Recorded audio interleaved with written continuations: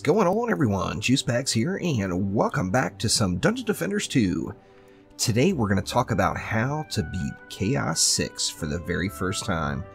Now, first off, I do have to say that without a doubt, the MVP in Chaos 6 is indeed the EV2 and the Reflect Walls.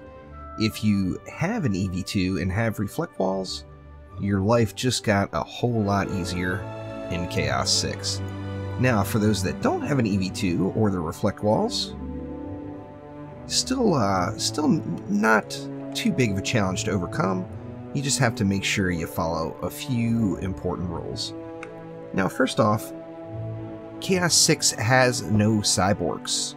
The cyborgs from Chaos 2 are only in Chaos 2 and Chaos 5.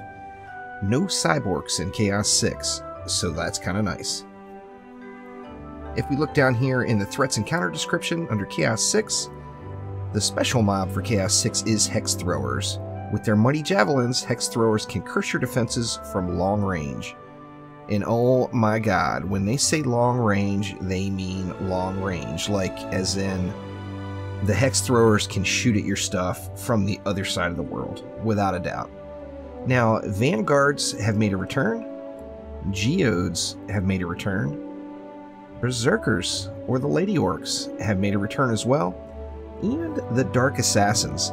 Now, those just going from Chaos 5 to Chaos 6 will be very happy to know that the Dark Assassin count is way down.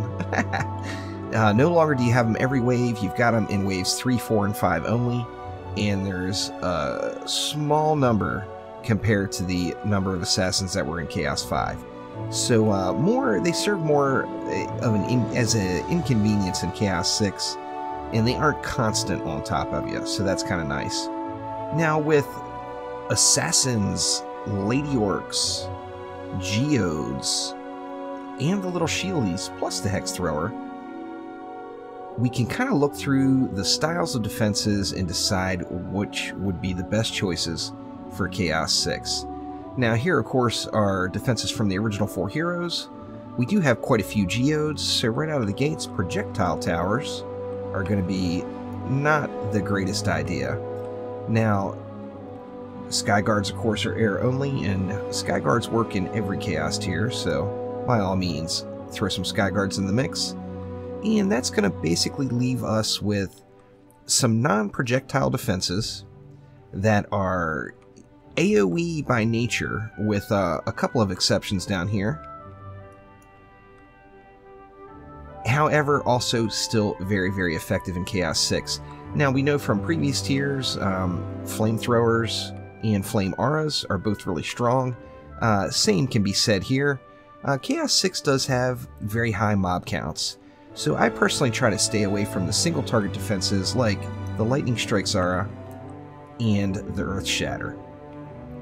Now, since there's no cyborgs, ground defenses are kind of a natural choice, and making the Flame Aura one of, in my opinion, the easiest choice for Chaos 6 out of the original 4 heroes. So Flame Auras are a definite win. Flamethrowers can be very effective as well, however, you do have to be very careful of their placement. Now, once again, I mentioned the Hex Throwers. Now, the Hex Throwers are similar to the Javelin Throwers, however, they've got almost twice the range, and not only do they hit like a truck, but they're going to leave a hex or a curse on the defense that they hit.